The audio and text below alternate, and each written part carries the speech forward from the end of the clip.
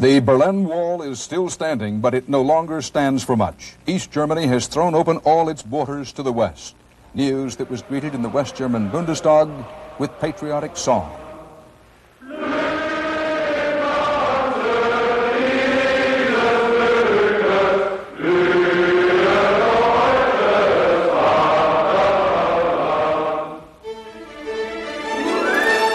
This is the CBS Evening News. Dan Rather reporting. Good evening. Today's transformation in communist East Europe may prove to be the most important, the most significant yet. Racing to stay ahead of the curve of history, the leaders of East Germany said they will open their borders to the west, including the Berlin Wall, and allow citizens to travel freely for the first time in 28 years. Ironically, this was seen as a desperate move trying to prevent more East Germans from leaving that country, to convince them that the communist government, the new one now, is serious about fundamental reform, even to the point of free elections. Now, for the last several weeks, we've seen wave after wave of East Germans fleeing their homeland. But in each case, they had to pass through other Soviet bloc countries, Hungary, Poland, and Czechoslovakia. They had to come down here in order to get back up here. Tonight's news means that this whole border between East and West Germany, which has been a barbed wire barrier with guards who often shoot to kill, will now be open for free passage between the two Germanys. Our report on the dramatic changing face of communism begins tonight with CBS News correspondent Alan Pizzi in Berlin. The chilly and forbidden gates through the Berlin Wall to the west appeared to swing open for East Germans tonight. An East German government official said the policy-making Central Committee had decided that East Germans may now cross the heavily fortified border at any exit point into West Germany. Politburo member Gunter Schabowski told a stunned press conference the police had been instructed to issue exit visas to anyone who asks for one. Until now, East Germans wishing to go west had to transit through a third country. Nearly 60,000 have gone out through Czechoslovakia in just this past week alone. Today's unprecedented action appears to be a desperate ploy to stop the hemorrhage. We hope people will be convinced more and more that it would be better for them to stay here, because the processes of renewing our society are beginning to show results. A new travel law passed only a few days ago, allowing everyone a month's foreign travel a year, was denounced in street protests as not enough and too little, too late. But East German leader Egon Krenz appears to be in a hurry to make changes. He told the Central Committee they should pass a law ensuring free and democratic elections with a secret ballot, and he promised public supervision at every stage of the balloting. Krenz did not say whether he was endorsing a true multi-party system in East Germany. Officials already claim their elections are democratic. But there is no doubt that East Germany has entered an entirely new phase in its history. 15 prominent East Berlin intellectuals and officials told the government the Berlin Wall should be torn down. That hasn't happened yet and may not. But tonight's announcement of free passage across could mean the wall is gone in all but form. Dan? Alan, does this mean there's going to be an immediate mass exodus from East Germany? I do think that tomorrow morning there's going to be an awful lot of East Germans lining up at the crossing points into West Berlin, if only to try and come shopping. But I certainly think they're going to be there. Whether or not they'll come to stay is another matter. With today's development, is the reunification of Germany, the reuniting of Germany, much closer? I think reunification may be a little closer, but it's a long way off yet. This doesn't open the door to that. Thank you very much, Alan Pizzi. In East Berlin tonight, some people couldn't wait to test the new freedom. West German television reported that people flocked to crossing points in the wall and were allowed to stroll through just by showing their identity cards. The eager and enthusiastic response was more than matched across the border in West Germany. Reuters news agency says West Germans also flocked to the wall and tried to get across to the east, but that they were held back by border guards. Bill McLaughlin is in the West German capital of Bonn. Suddenly they began to realize the enormity of the historical shift, that they might be witnessing the beginning of the reunification of Germany. Spontaneously, conservatives, socialists, everyone stood up to sing the German national anthem. It begins unity, law, and freedom.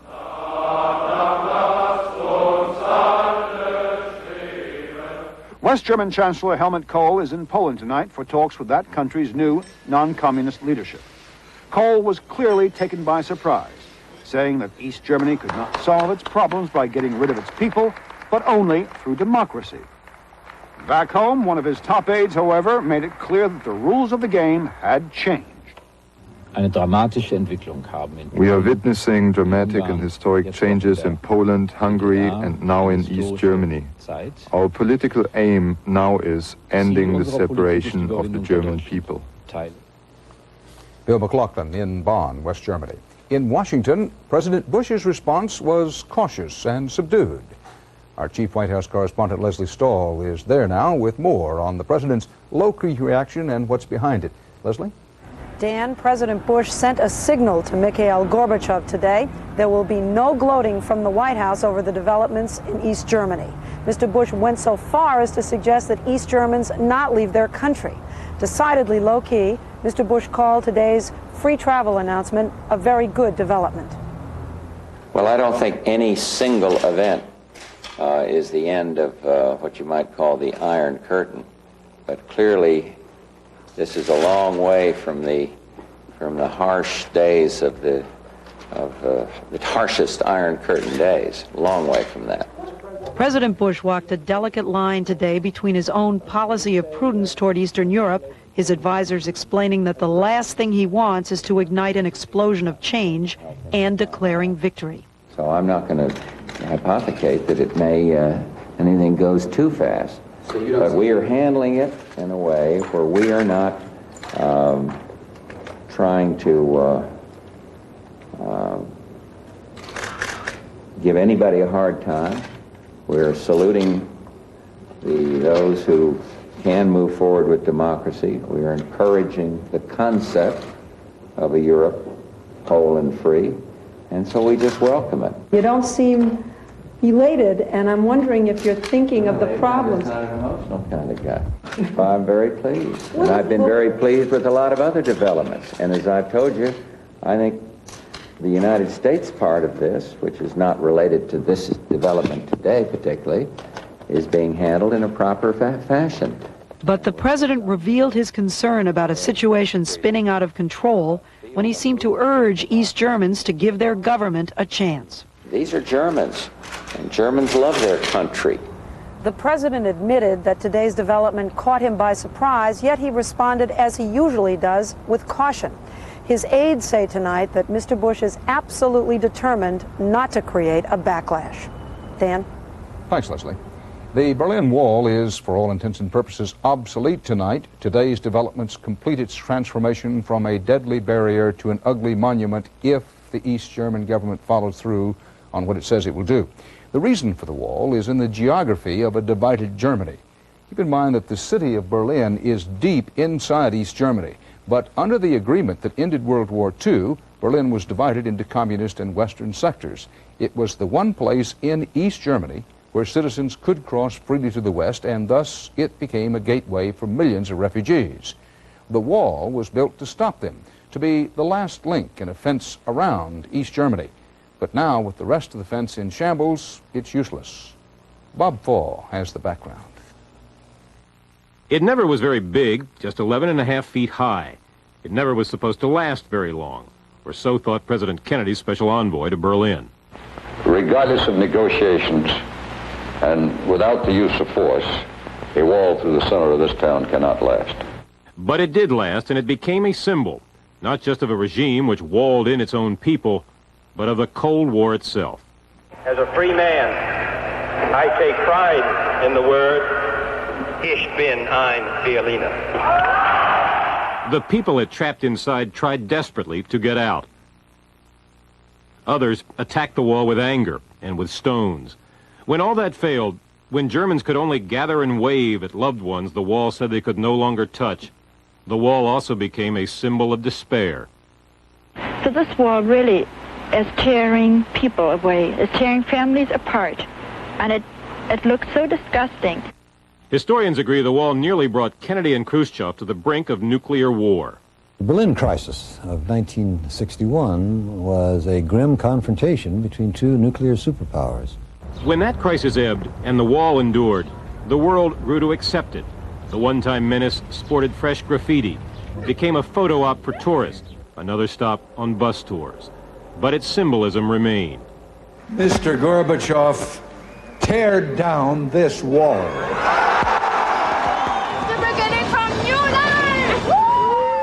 In the last few weeks, as East Germans streamed into the West, as East Bloc political barriers trembled, the wall itself seemed even more obsolete. History was passing it by. The Berlin Wall has become an anachronism, a symbol of an earlier era.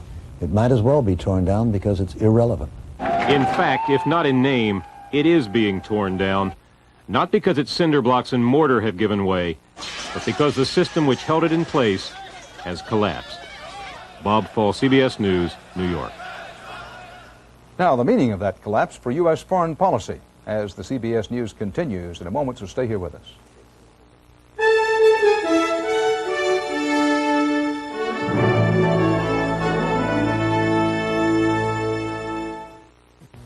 13 years on Today, then Jane heads for the nearest exit as Deborah enters as news anchor and more. This week's People has the story. Plus, oh baby, look who's talking #1 hit movie. And so much more. People, that's what we're all about. I'm a high school teacher and a football coach.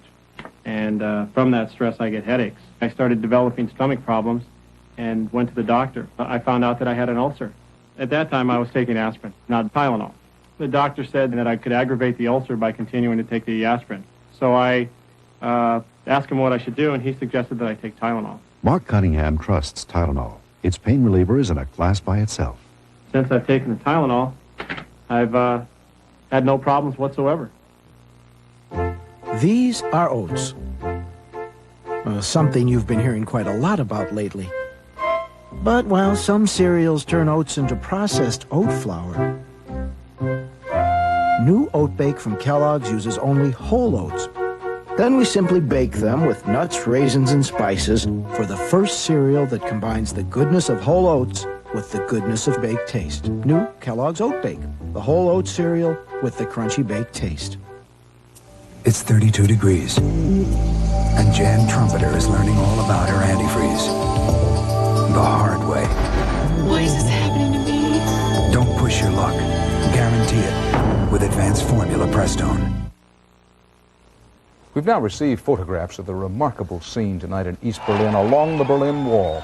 East German citizens came out in the middle of the night to test their new freedom, and the East German border guards allowed them to cross over into West Berlin just by showing their identity cards. Let's soak up this picture.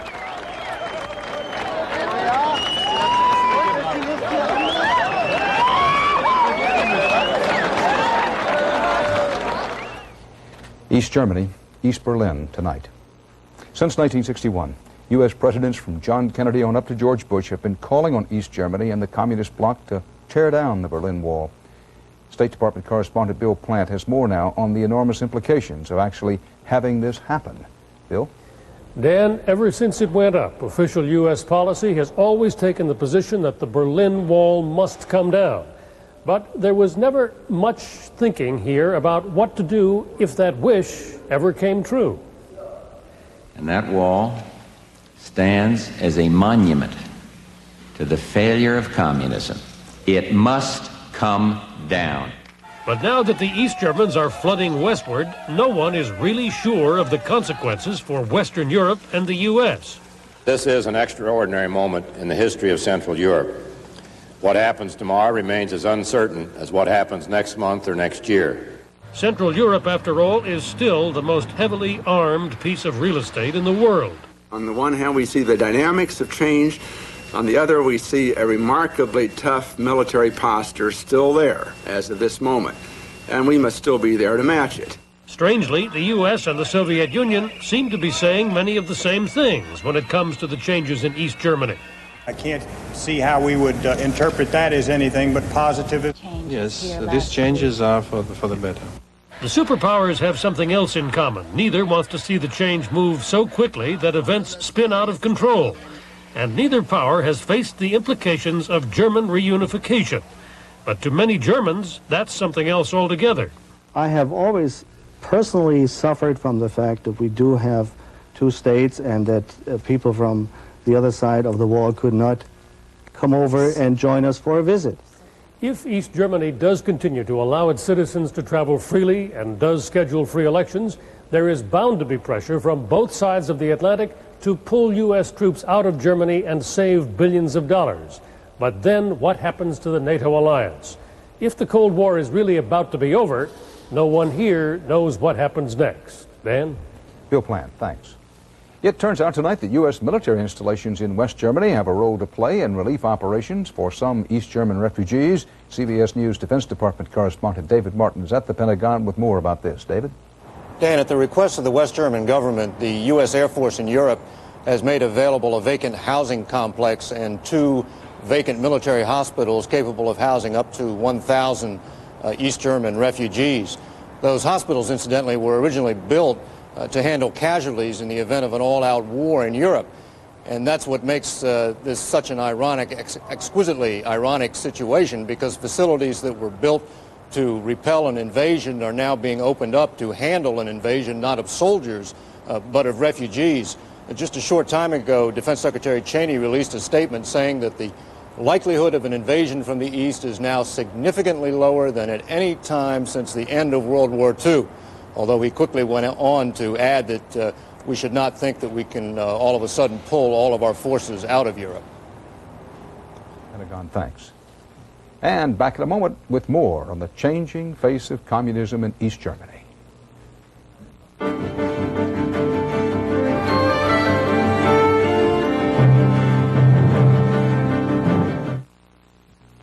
If you think oat bran cereals are the way to go for overall nutrition, we're about to turn the tables on you. A leading consumer magazine just rated Nabisco shredded wheat ahead of all the leading oat bran cereals in nutritional value. That's how much fiber, protein, vitamins, and minerals per calorie we have and how little sugar and fat. Gee, thanks. And that should turn your ideas about nutrition around to Nabisco shredded wheat. The evaluation committee is in your office. This is my husband, Paul. He's under a lot of pressure. But now he's taking charge of his health, eating right by cutting down on cholesterol and saturated fat. That's why I cook with Puritan, with no cholesterol and proven 94% saturated fat-free. Better than any other kind of oil. Your wife called sneakers before dinner? Hey, Mr. Principal, carry your books? Anytime. Paul's feeling great, and I am too. Puritan, make it your oil for life. Right now at Sears, until November 19th, get 0% financing until February on all major purchases with Sears Charge. No payments, no billing, no finance charge until then. Get to Sears for great low prices and 0% financing now. When that ref called my son offside, it was a Malox moment. I took Extra Strength Malox Plus. I need the strongest with my husband, the ref. Extra Strength Malox Plus. Strong relief for all your Malox moments. With us tonight are 2 authorities that we've asked to share their insights on today's startling developments in East Germany. Stephen Cohen is a CBS News consultant on Soviet affairs. Michael Mandelbaum is a senior fellow at the Council on Foreign Relations. First, Michael, what are we to make of what happened today? This is part of a desperate attempt by the ruling Communist Party in East Germany to make concessions that will stem the tidal wave of opposition that has grown up against them in the last several days. But I think it's probably too little too late. If they really do hold free elections, I think they'll be swept from power. It'll be the end of communism in East Germany, and then the question of German reunification will well and truly be on the international agenda. Steve? Well, those are dramatic possibilities. We can't rule them out, but I think they're premature. There are 2 other very important things. First of all, the question is, can this East German government find a way to maintain some hold on its population? What we don't know is there such a thing as East German nationalism? I mean, could serious reforms in East Germany keep people there and identified with this state? And secondly, is it really true that anybody wants the reunification of East Germany, Germany? We talk about that, but who wants it? Not the French, not the Poles, not the Russians. Well, the Germans want it. Well, which Germans? We'll have to see. Now, is this part of Gorbachev's plan, or has he been overwhelmed by the momentum of history? There's no blueprint in the Kremlin, certainly not for Eastern Europe. We're dealing with people, passions, the residue of history. Things are literally out of control. On the other hand, as we've said here before, when Gorbachev came to office, he knew that the reforms in Moscow would ramify through Eastern Europe. I think Gorbachev is hoping for the following. He knows that the one-party communist state in Eastern Europe is dead. He wants to save socialism. He thinks it's possible to have socialism in Eastern Europe, a socialism that would not be neither pro-West nor pro-Soviet, without one-party communist rule. And that's a question mark, and the answer to that question we'll discover in the months ahead. Socialism without one-party communist rule. What about reunification of Germany? Reunification has very serious implications for all of us, because the security order that has kept the peace in Europe for 40 years was based on the division of Germany. If Germany ceases to be divided, then it's unlikely that either the United States or the Soviet Union will remain in Germany. Suddenly the balance of power is gone. Germany is a wild card. Security arrangements have to be restructured. We're in an uncertain world, and that's a world that nobody is very anxious to face, and yet nobody has the power to stop. Whether we like it or not, the question of whether we face that world is going to be decided by the people of East Germany. Thank you very much, Stephen Michael. And I'll be back with more of the day's news in a moment.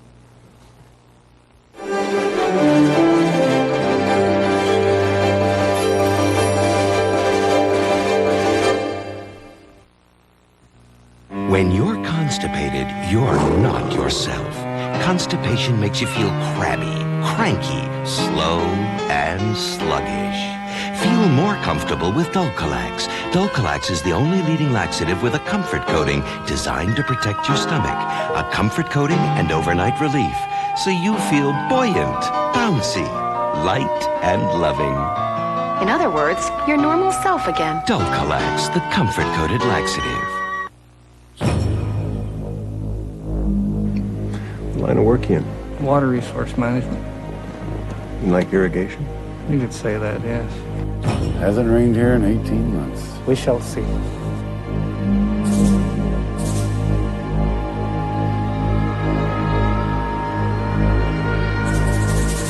You've been coming down in buckets all night long. Yes, indeed. That's good.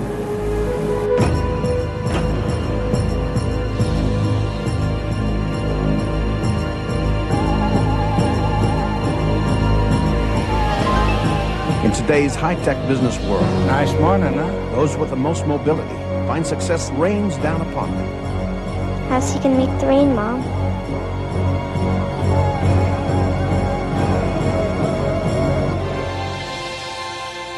Come fly the friendly skies. We're gonna climb a little higher, folks. See if we can get above these rain clouds. A late and troubling report in from Smyrna, Georgia. A military jet has crashed into an apartment complex in Smyrna, Georgia. That's a northern Atlanta, Georgia suburb. A television station was the originator of the report. No immediate word on injuries. The jet was apparently from nearby Dobbins Air Force Base, and it reportedly crashed into the Regency Square apartments off Smyrna, Georgia's heavily traveled Windy Hill Road. That's the only part of that report we have. We'll bring you up to date on more details if and when they come in. China's 85-year-old leader Deng Xiaoping resigned the last of his official posts today, stepping down as head of the powerful Central Military Commission. Deng Xiaoping named his hand-picked successor, party leader Jiang Zemin, to take over the military post, but Jiang's hold on power is believed to be fragile. Along with the shakeup, the Communist Party leaders put out an economic plan calling for at least 2 more years of what they call austerity and spending cuts. An alarming report today on the high cost of living longer, a higher cost in suffering, a higher cost in medical care. It's a Harvard Medical School study that finds Alzheimer's disease more widespread than previously thought, with frightening implications for the future. Our medical correspondent Susan Spencer has prepared a report. Alzheimer's disease robs its victims of their memories, eventually of their lives. It isn't much kinder to those who love them, who often turn to support groups for comfort. He's just staring into space, and it's very difficult because there are so many times when I feel like my father's not there, the man that I used to know. A new study out today confirms experts' worst fears about Alzheimer's. Not only is it more widespread than once thought, it's a potential time bomb for healthcare of tomorrow, affecting as many as 14 million Americans by the middle of the next century. I think we have to plan for a major effort to confront the disease. The researchers looked at the community of East Boston, not in hospitals, but in homes and senior citizen centers. And they found more than 10% of all the people over 65 had Alzheimer's. But among the senior citizens, the rates increased dramatically with age. While only 3% below 74 had the disease and 18% between 75 and 85, above 85, Alzheimer's affected nearly half the citizens. The most rapid increase in our population is in the over 85. And this is even before we're talking about the baby boom generation. 67-year-old Sam Harris, a former dentist, has Alzheimer's today and is still well enough to understand what is happening to him, why he can no longer practice. I was in a position where I could have blown the whole business because I wasn't that sharp. And I knew I was losing it. We do not have anything that can stop this inexorable progression. We can manage some of the symptoms, we can deal with other diseases that occur in these individuals, but we can't stop the progression of the disease. With no expectation of a cure for Alzheimer's anytime soon, today's study is likely to increase pressure for more home care, more nursing homes, more research. It's been this silent epidemic that we suddenly discovered, and yet it's been there all along. But now the generation making healthcare decisions at least knows what lies ahead for the country and possibly for themselves. Susan Spencer, CBS News, Washington. No further report yet on that jet plane that apparently crashed outside Atlanta. A reminder that CBS News will have a special report on events in East Germany. That'll be tonight at 11:30, 10:30 Central Time, and 48 hours. The program tonight will be on sex and teenagers. That starts at 8, 7 Central Time. Dan Rather, see you later. Last year, 6 million people bought a refrigerator 1 year too soon. Introducing the new refrigerator from Maytag. Buy one now, and if it stops working before the year 2000, we'll buy it back. See your Maytag dealer for details. See a Maytag repairman in our commercials. The new refrigerator from Maytag. The dependability people. Mr. Kayam, I hate shaving. Doug, try this Remington microscreen. It shaves as close as a blade, or your money back. No other shaver makes that promise. Smooth. Now I know why he bought the company. The Remington microscreen. Doctors measure back pain by how far you can bend. Extra Strength Dones is made for back pain relief with an ingredient these pain relievers don't have. Dones makes back pain go away. Extra Strength Dones, made for back pain relief.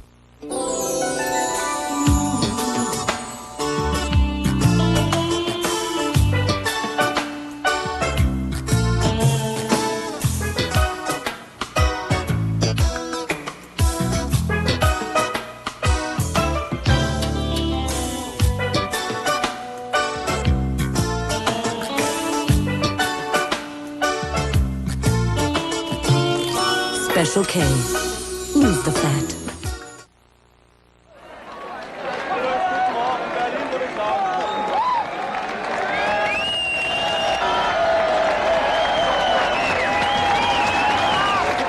Sex and the American teenager.